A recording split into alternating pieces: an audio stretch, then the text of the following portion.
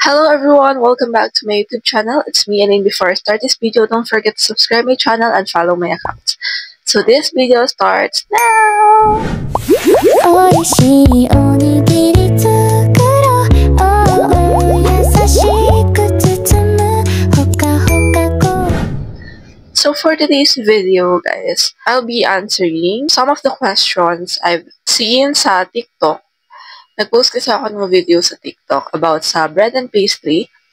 And marami doon ang mga nagtatanong sa comment section. So, yung iba doon, sagutin ko dito. Yung iba naman is mga ginawa kong tanong na makakatulong rin naman sa mga gusto mag-bread and pastry. So, yan. Yung nakapag-upload na ako ng video sa bread and pastry, yung mga nangyari nung nakaraan, na hindi ko naman talaga ina-upload.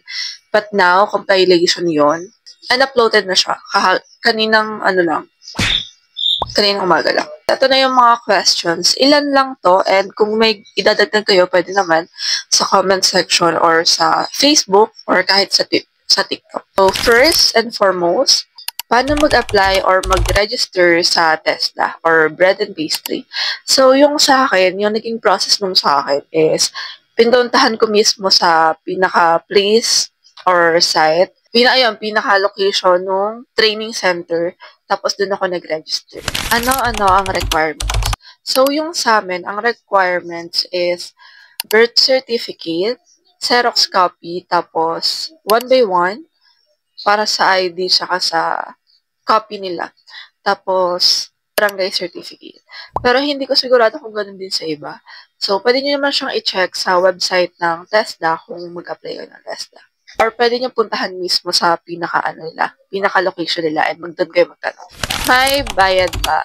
Actually, yung pag-register at pag-training naman is walang bayad. Ang may bayad is NC2. NC2 po ay ng bread and pastry. Yung sa ibang course kasi hindi ko alam kung magkano. Pero bread and pastry po sa ngayon, yung sa amin, nasa 1,800 yata siya ngayon. 1,700 ganun. Ilang days? Yung sa amin, 20 days lang. 20 days lang siya. Kapag kasi mga about sa food, cookery, tsaka yung isa pa, ano ba yun? Yung pagbabarista, tsaka yung sa isa pa. Yung pang hotel-hotel. Mga matagalan, 25 days. 25. 20, 25. Ayun. Pinakamatagal na yun. Bread and pastry, 20 lang. Pero yung sa amin, sa isang araw kasi nakakailang ingredients. Nakakailang recipe kami ko. Kaya mabilis lang yung sa amin. Saan banda meron? Yung sa akin, kung saan ako nag-aral ng bread and pastry, sa CSWD Training Center, Santiago, General Trias, Cavite. Ayan, pwede kayo mag-ano doon. Pero kung malayo naman kayo doon, pwede rin naman sa mga TESDA. Search nyo lang yung website nila, yung location nila. Search nyo lang sa Google Map. Ayan, doon yung makikita lahat. Anong age ang pwede? Ang age po na pwede is 17 and up. 17 na mag-18 na ngayong taon. Ganon. 17, 18 and up. Ayan. Mahirap ba? Hindi naman. Hindi siya mahirap kasi marami kang kasama and may enjoy mo talaga. Lalo na yung sa bread and pastry. Na-enjoy ko siya kasi gustong-gusto ko talaga mag-baking dati pa. Wala lang kaming oven. Pero na-enjoy ko siya bukod kasi sa pagkain. Iuwi nyo rin kasi yung pagkain. Kayo nagagawa. And marami kang matututunan.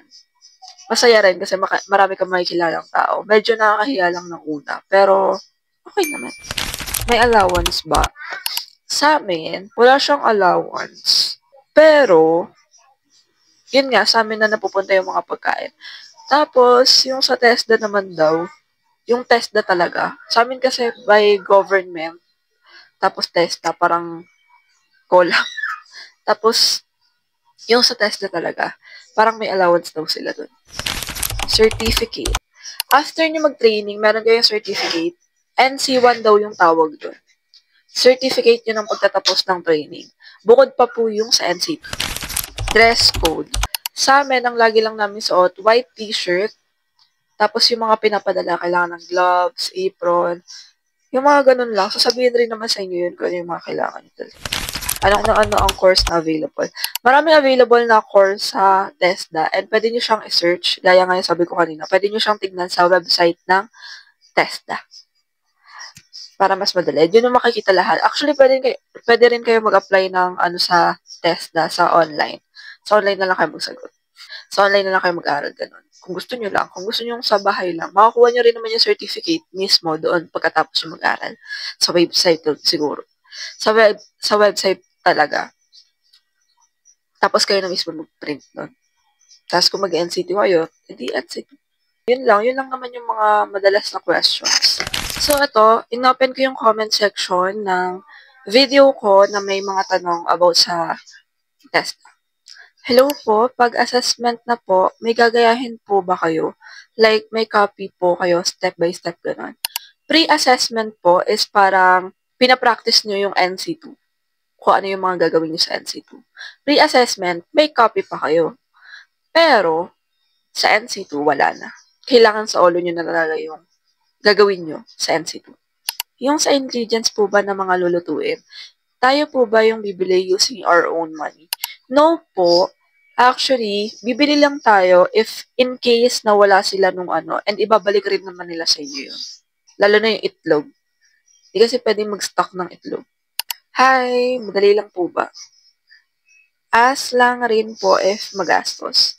Hindi naman siya masyadong magastos. Hi, individual po ba ang pag-bake nyo or may by groupings? Thank you.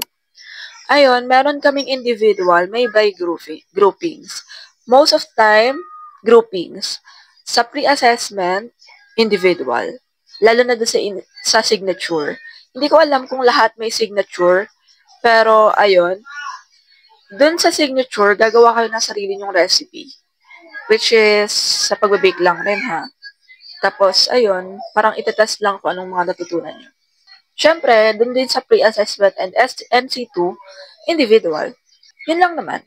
So, for more questions, you can comment down below.